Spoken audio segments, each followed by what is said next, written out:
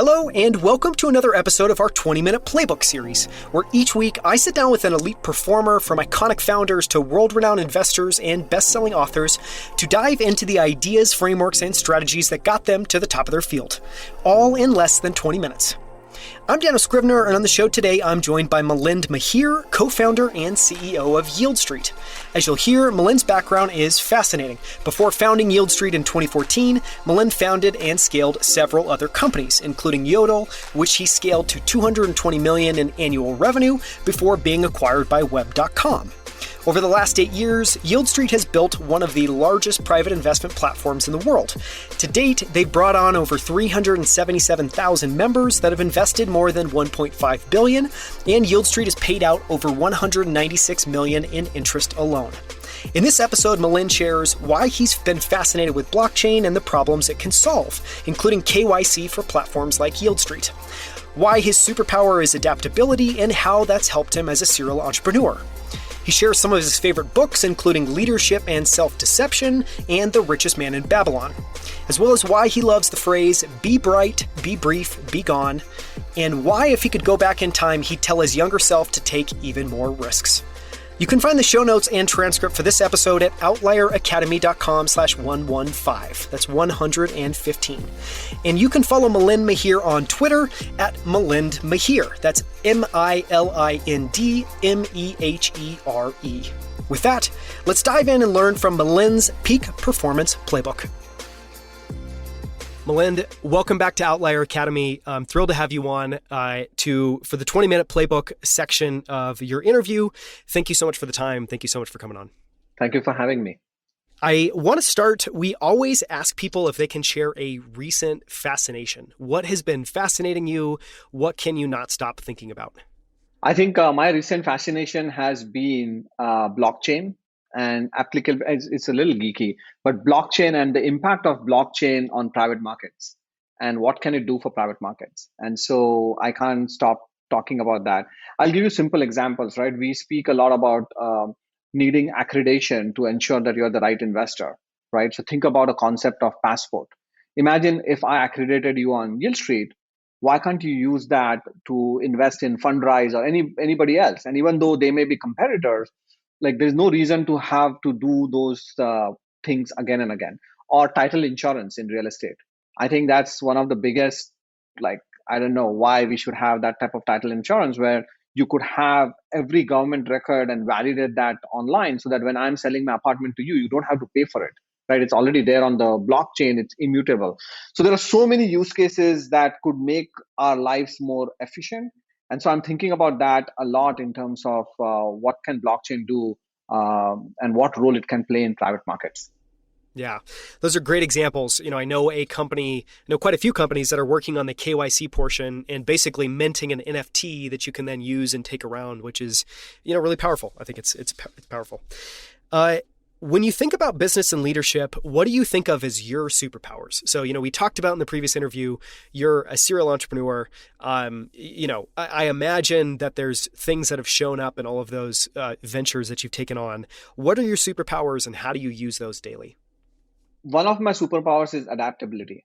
So if you look at my career, I'm not an expert in one domain, right? And I've changed domains based on my passion. In order for you to do that, it's very important that you're adaptable. So you can learn things quickly, you can learn from your mistakes and your wins. And as an entrepreneur, you're making decisions very, very quickly on an everyday basis. So if you are adaptable and you can change by processing information, by circumstances, by learning new things, then you can be successful and then you don't get kind of caught in your own ways and you're always evolving as a person. So I think that is kind of super interesting for me. The other thing that is a superpower is for me to, have this around the curve kind of vision, if you will, right? And it kind of sounds a little corny and can't be quantified, but I have a pretty good gut, as they say. And so I can kind of connect the dots easily. So with, maybe the market movement or like investor feedback, whether it's business or personal, I think I can see around the corner. And I think that's an interesting way for as an entrepreneur, as an executive, as a leader, to be able to connect the dots is very important. Yeah, I love those. What mentors or figures shaped your approach to business and leadership? So as we've talked about, you're a serial entrepreneur. Has anyone made a mark on you, left an impression on you that you've worked closely with over the years? Yes, so I'll go closely first. So I used to have a boss. Since then, he is like an advisor, mentor. Name is Rajiv Roy. Very, very efficient person. And I'm kind of being an engineer. I'm both kind of combo of left brain, right brain. Super efficient. He, does so much, and I'm always fascinated by the amount of things that he can get done. And for a person like me who's very busy but want to get more out of life, have eclectic taste, it's very important to understand how you can be efficient, how you can be productive. So he really, the way he does things, I always learn kind of lessons from him. And one of the things he told me is that you have to really focus on what not to do versus what to do, and be very deliberate about the choices that you make, based on what is important, and how can you prioritize those. So that's kind of a real life example. I think, listen, I have, like all of us, many, many examples that, you could learn from. So Steve Jobs, amazing storyteller, amazing visionary. And, I can correlate that to Yieldstreet values, right? So be passionate. He was super passionate about the change he was able to bring. Thomas Edison, vision without execution is hallucination. I think it's very important for startup founders, because many of them have vision, but how do you translate that to education? So we have own and execute as one of our core values. Elon Musk, you know, who can name his son as a math equation? So very, very bold thinker, right? Who can challenge the mayor of Miami to say, hey, I'm going to build a underground tunnel from Brickell to Miami in 30 million bucks. Whether he can do that or no, but at least to kind of put that stake out there. So as an entrepreneur, be bold. The email that he sent yesterday, right? It's like, okay, just like always challenging the status quo, but then rallying the team to get there. So there are all these examples that I think are really kind of fascinating for me. Yeah, I love those examples. Those are some fascinating ones. Is there a favorite quote or anecdote you have about being a founder? And this can be serious or hilarious, but I think one of the things there is just, is there a quote you often find yourself repeating to yourself or sharing with others about what it means to be a founder and what it means to build a business? Be bright, be brief, be gone. You probably got that from your mentor. Yeah. I know, right? But that's a funny one. I said the vision without execution quote is also one of my favorite. Adapt or die. That is also something that startup founders have to constantly do. High growth companies have to constantly do. So those are a few of my one quotes that are my favorites. Those are great. If you could go back to the start of your career and whisper some advice, a reminder, words of wisdom in your ear, what would you tell yourself if you could go back in time?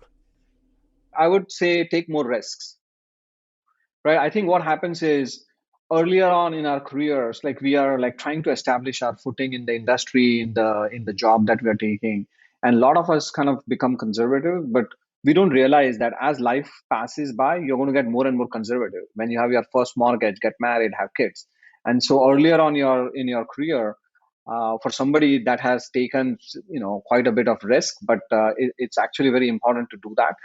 The other thing that I would say is that we also have to measure the risk that we are taking, right? So I started my previous company when my wife was in business school. We just recently had a baby, and so like you have to contextualize some of that.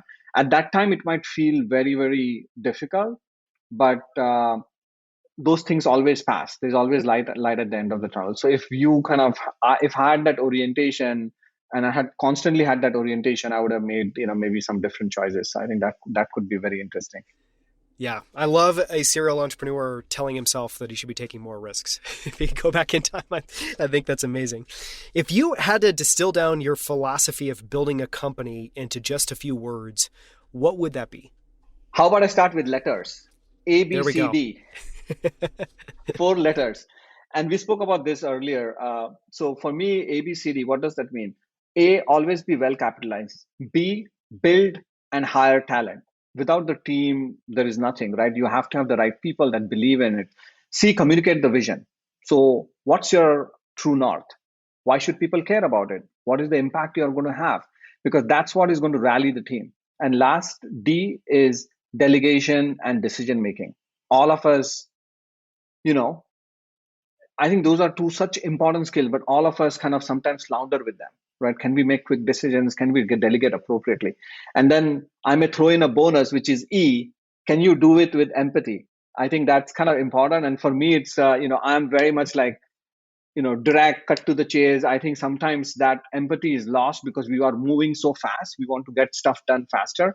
But how do you kind of bake that and be more conscious about how people are perceiving you and like, while you may have the uh, thoughts in the right place, it's very important that the team, kind of gets that. So I think for me, that's the ABCD of building a good company.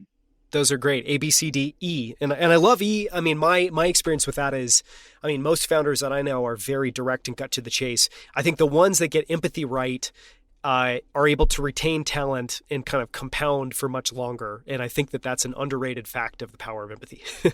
It's just, it keeps your team members there, engaged, feeling like they're cared about while they're working on building this business. And Daniel, if I may actually expand on that a little bit. Listen, I think one of the things that happens is that a lot of times, if you're a Microsoft or a Facebook or a Google, things are just happening for you because you kind of have hit that product market fit and stride, and you're becoming a leader. So you have a lot of cash to actually overcome a lot of flaws, whether it's in your founders, leadership team, in the company, inefficiency and all that, because the cash is always coming in. For a lot of us, our businesses have always challenges, right? Like, because we are not the Google or the Microsoft, though we are great businesses. And though that's where empathy can be very valuable, right? Because we model ourselves into like, hey, even like the Elon Musk example I gave earlier is like, okay, great, because he's, building very successful company in a completely different trajectory. If I send that email, I don't know whether my company would like really embrace that, meaning like, just because it's a different company, different ecosystem. And so I think the founders have to like be mindful of that, to kind of understand what are the strengths that you have as a founder and a company that you're leading, and it will not fit always other circumstances. I think that's so well said. I want to ask now if there's a book, article, or paper that you love that you find yourself recommending. I know a lot of founders have books that they kind of use as a Bible, or that kind of form an important part of how they think about the world. This can be about business, it can be fiction, it could be anything. What's a book, article, paper that you think more people should read? So this book I haven't read in a few years, but Leadership and Self-Deception is a great book, Harbinger Institute. Five Dysfunctions of a Team. I'm reading it again, actually just in the this week. I've read it a couple times. It's very easy read over the weekend, 2-3 hours. Patrick Lencioni, great book. When it comes to money, Richest Man in Babylon, fascinating book. It's so simplistic. Again, a weekend read, but my favorite. Um, in terms of article, so listen, American Aristocracy is a fascinating article in the Atlantic. It came out 2-3 years ago.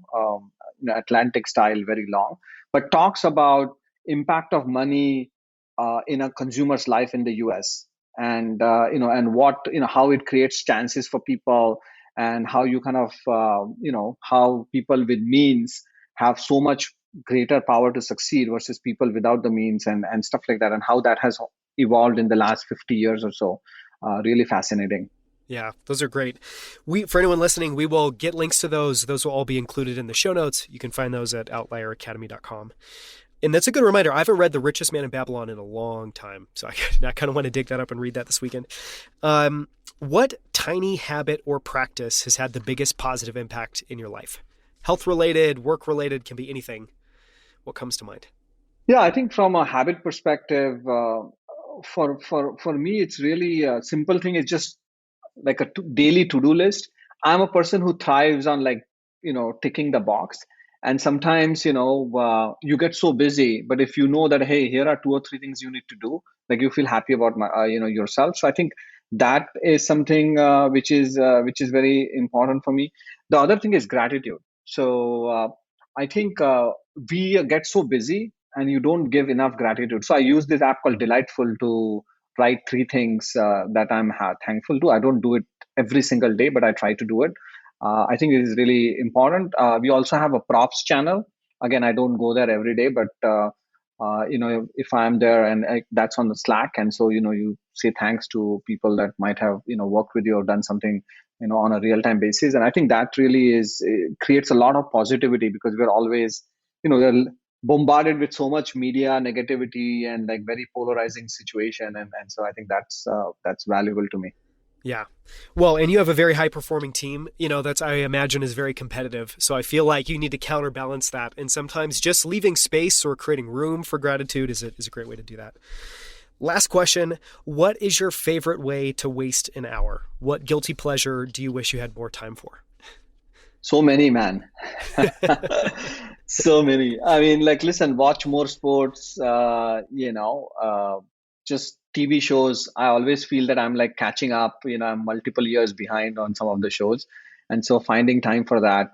One of the challenges I have is now with shows with multiple seasons, right? Like, it's like once you get hooked on, you're like committed for so many hours. So like for me, I'm always grappling between like, should I even start it? Because, once you start it, like, it's like you're going to get sucked in. So yeah, I wish I could have more time for that. Yeah, well, amen. I'm with you, and I have the same struggle. It just feels like there's perpetually like 20 hours of things I want to watch, and I have about 30 minutes a night to try to get that in. Well, thank you so much for the time, Milind. Everyone listening, you can learn more about Yieldstreet, which is the company Milind and his co-founder Michael have been building for the last 7 years at yieldstreet.com. You can also download the Yieldstreet app on the App Store. Thank you so much for the time, Milind. It's been so much fun to have you on. Thank you so much for having me, Daniel. Thank you so much for listening. You can find the show notes and transcript for this episode at outlieracademy.com/115. That's 115. You can also follow Milind Mehere on Twitter at Milind Mehere. That's MILIND MEHERE. For more from Milind Mehere, listen to episode 1112, where he joins me on our Outlier Founder series to go deep on Yieldstreet. Yieldstreet was founded in 2014 and over the last 8 years has built one of the largest private investment platforms in the world. They have over 377,000 members that have invested more than $1.5 billion, and Yieldstreet has paid out over $196 million in interest alone. In that episode, we cover why alpha has evaporated from public markets over the last 20 years with the rise of indexing, ETFs, and automated investment strategies. Why private equity, venture capital, real estate, and private credit have exploded over that same time frame. Why the classic 60-40 portfolio is dead, and how investors should rethink their approach to investing in public and private markets. How Yieldstreet built one of the world's largest investment platforms, bringing on investment managers and investors. And why Yieldstreet focus has always been on building what they call distribution infrastructure for investing, and why they built a horizontal business straddling a bunch of smaller verticals instead of focusing on just one aspect of private market investing. You can find videos of this interview on YouTube at youtube.com/outlieracademy. On our channel, you'll find all of our full-length interviews as well as our favorite short clips from every episode, including this one. So make sure to subscribe. We post new videos and clips every single week. And if you haven't already, follow us on Twitter and LinkedIn under the handle Outlier Academy. Thank you so much for listening. We'll see you right here with a brand new episode next Friday.